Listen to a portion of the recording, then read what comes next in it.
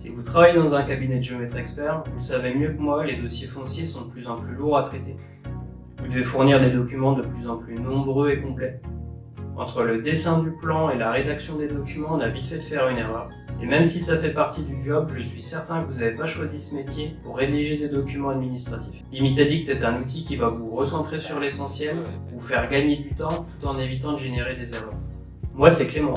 Et aujourd'hui, je vais vous montrer comment on peut traiter simplement un dossier foncier du quotidien avec Limitaddict.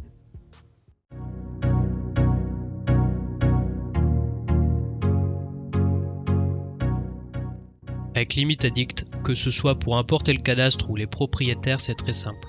Il vous suffit de sélectionner l'emprise concernée, Limitaddict détecte la planche cadastrale et en quelques instants, le cadastre s'intègre. Il est directement transformé selon la charte graphique du cabinet.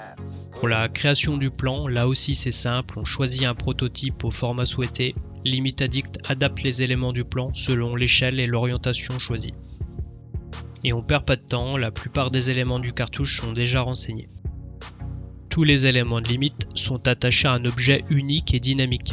La modification d'un élément entraîne la mise à jour de tous les éléments associés, comme la surface, les cotations ou les tableaux de coordonnées. Et on va pouvoir renseigner les signes d'appartenance, les archives utilisées, et plus on complétera notre plan, plus on va gagner du temps, puisque le logiciel va détecter tous ces éléments et les générer automatiquement dans tous les différents documents administratifs, comme le PV de bornage par exemple. Il ne restera plus qu'à compléter les dires des parties et l'analyse expertale. Pour la réalisation d'un document d'arpentage, là encore c'est très simple. En fonction des limites définies, Limitaddict détectera et appliquera un arpentage ou une compensation. Quel que soit le type de DA à réaliser, tous les cas sont prévus. Le processus est facile, l'ensemble des données pour établir le document d'arpentage est déjà pré-renseigné. La dernière étape génère dans un dossier unique tous les éléments normalisés à transmettre au service du cadastre.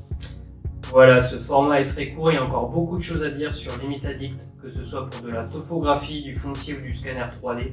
Donc restez connectés si vous ne voulez pas manquer nos prochaines vidéos. Partagez-la avec votre équipe si elle vous a plu. Et voici mes coordonnées si vous souhaitez une démonstration plus complète. N'hésitez pas à me contacter et à bientôt.